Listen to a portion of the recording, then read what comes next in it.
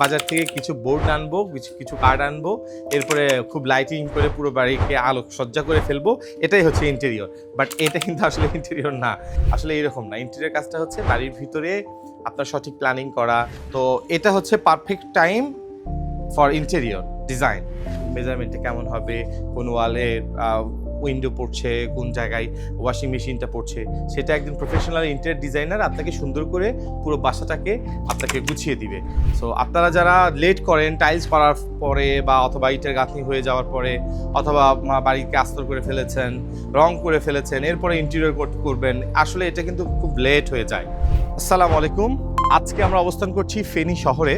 তো এই প্রজেক্টটা আজ থেকে আমরা শুরু করেছিলাম 2 থেকে 3 মাস আগে, অর্থাৎ আমাদের যিনি সম্মানিত ক্লায়েন্ট যখন ছাদ ঢালাইটা দেয় তখন থেকে আমাদের সাথে যোগাযোগ করেন। সো তারপরে আমরা ওনার পুরো প্রজেক্টে ভিজিট করার পরে কলাম থেকে বিমের যে এগুলো মেজারমেন্ট নেওয়ার পরে ওনাকে আমরা একটা প্ল্যান ডিজাইন শেয়ার করি। তো আজকে আমরা রেগুলার ফলো আপের জন্য এসেছিলাম ফেনীতে। তো ফেনীর কাজের কি প্রসেস, আমরা যদি আমাদের কাজেরগুলো দেখি, আমাদের এই যে এখানে যে ইটের গাঁথনিগুলো হচ্ছে এগুলো কিন্তু অ্যাকচুয়ালি আমাদের প্ল্যানিং অনুযায়ী হচ্ছে। তো এটা অ্যাকচুয়ালি সঠিক সময় ইন্টেরিয়র করার জন্য। আপনারা অনেকেই আছেন যারা প্রবাসে থাকেন, আপনারা চিন্তা করেন যে দেশে যাব, এরপর একটা ইন্টেরিয়র ফার্মকে হায়ার করব। এখানেও কিন্তু আপনারা একটা ভুল করে ফেলেন। ভুলটা কোথায় আমি আপনাদেরকে সহজ করে দিই।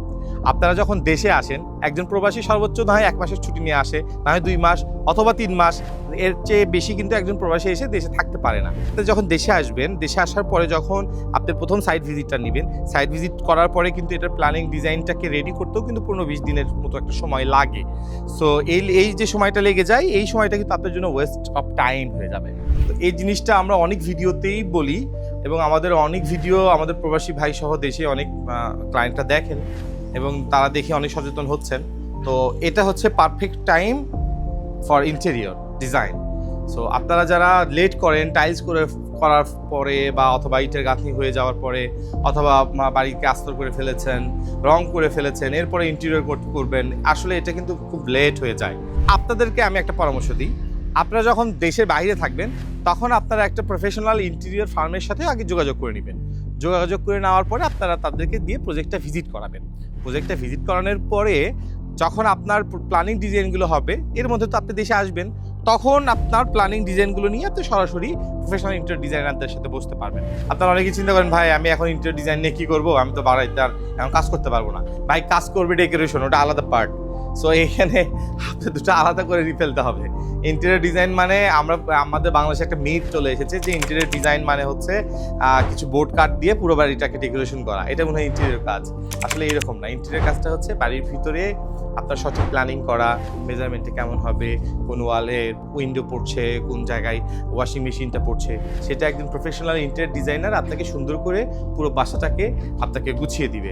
বাট আমরা এইটাকে না করে আমরা করে ফেলেছি কি, বাজার থেকে কিছু বোর্ড আনবো, কিছু কার্ড আনবো, এরপরে খুব লাইটিং করে পুরো বাড়িকে আলোকসজ্জা করে ফেলবো। এটাই হচ্ছে ইন্টেরিয়র। বাট এটা কিন্তু আসলে ইন্টেরিয়র না। ইন্টেরিয়রটাকে আপনারা আগে থেকে প্ল্যানিং করে বাড়ির যে ইটের গাঁথনি, বাড়ির যে টাইলসের সিলেকশন, বাড়ির যে কালারের সিলেকশন, বাড়ির যে পর্দার সিলেকশন, এরপরে কোথায় ওয়াশিং মেশিন, কোথায় ডিপ ফ্রিজ, কোথায় হচ্ছে রেগুলার ফ্রিজ, পুরো বাড়িটাকে সাজানোটা হচ্ছে একজন প্রফেশনাল ইন্টেরিয়র ডিজাইনারের কাজ। আর আজকে আমি আপনাদেরকে আরেকটা বিশেষ মেসেজ দিই, সেটা হচ্ছে যে আমাদের এই জোনে আমরা কুমিল্লা, নোয়াখালী, ফেনী এই জোনে মোটামুটি আমাদের প্রবাসীদেরকে কাউন্ট করি, তাও মনে হয় 30+ প্রবাসী ভাইদেরই কাজ করছি শুধু এই জোনে। তো আপনারা দেরি না করে এখনই আমাদের হোয়াটসঅ্যাপ নাম্বারে যোগাযোগ করুন। ইন্টেরিয়র স্কোয়াড সবসময় প্রস্তুত আছে আপনাদের এই জোনে হচ্ছে যে সার্ভিস দেওয়ার জন্য। তো আর দেরি না করে এখনই আমাদের হোয়াটসঅ্যাপ নাম্বারে যোগাযোগ করুন। Thank you so much. আসসালামু আলাইকুম।